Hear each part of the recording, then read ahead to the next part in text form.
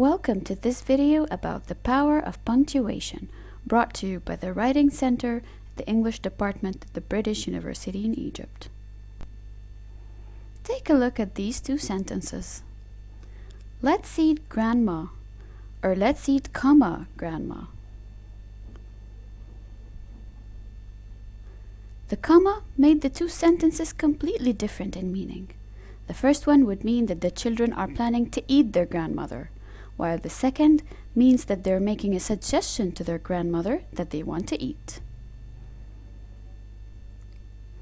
Which one of these would you choose? An English professor wrote the words, "A woman without her man is nothing," on the chalkboard and asked his student to punctuate it correctly. All the males in the class wrote, "A woman, comma, without her man, comma, is nothing." All the females in the class wrote, "A woman, colon, without her, comma, man is nothing." The boys used a comma to mean that women cannot live without men, while girls used a colon to explain that women are more important. Punctuation completely changed the meaning. Punctuation is powerful. We know that a complete English sentence consists mainly of a subject, verb, and an object. Like this example. Sally plays volleyball. Sally is the subject, plays is the verb, and volleyball is the object.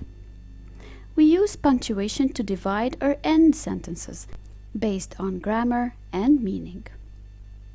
In this video, we're going to focus only on 4 very important punctuation marks and when to use them. The first punctuation mark is the full stop. A full stop is used to end a sentence.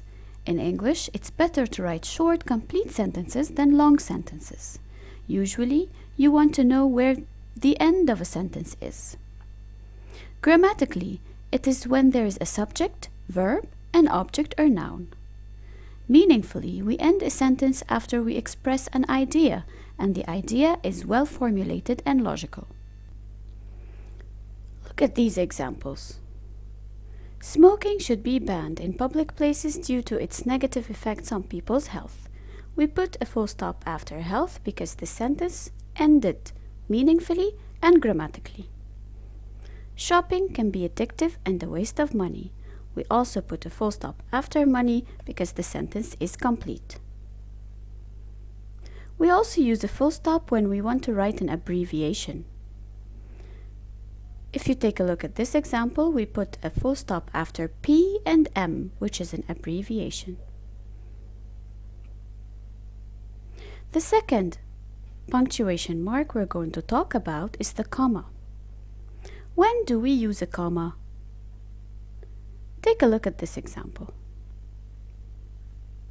He went to the stationery shop to buy pencils, paper, clips, and glue. Here, the comma is used to separate 3 items or more in a list.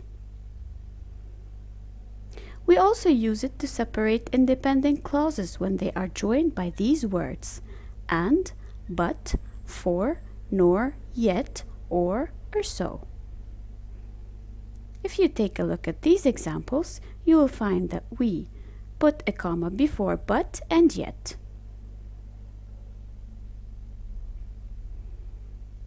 Use commas after introductory clauses that start with words like after, although, as, because, if, since, when, and while.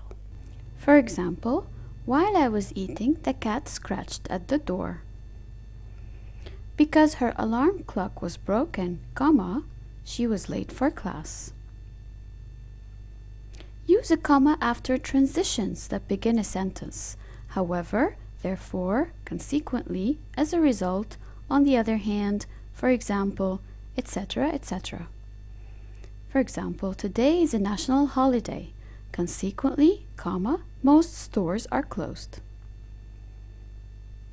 Use a pair of commas before and after words or sentences that add extra information to the meaning of the sentence. That Tuesday, comma, which happens to be my birthday, comma, is the only day when I'm available to meet.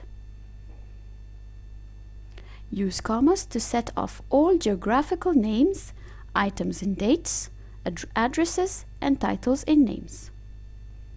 Take a look at these examples. The third punctuation mark we're discussing is the colon. A colon is used in many ways. To join sentences. You can use a colon to connect two sentences when the second sentence summarizes or explains the first. Both sentences should be complete and their content should be very closely related. Look at this example. They have agreed on the results. Informed participants perform better than uninformed participants do. Here, the second sentence explains the first. Here is when we separate them by a colon. We also use a colon in bibliography entries.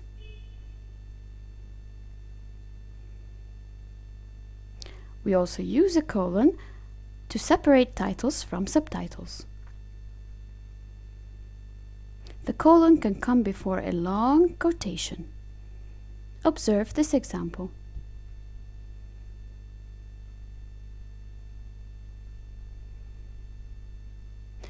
The semicolon is another punctuation mark we're discussing today. We use a semicolon to separate things. Most commonly, they separate two main clauses that are closely related to each other but could stand on their own as sentences if you wanted them to.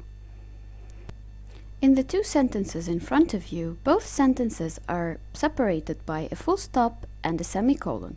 Both are correct. Semicolons create variety to your sentence structure, and you can add them if you had many short sentences in a row. Observe this example.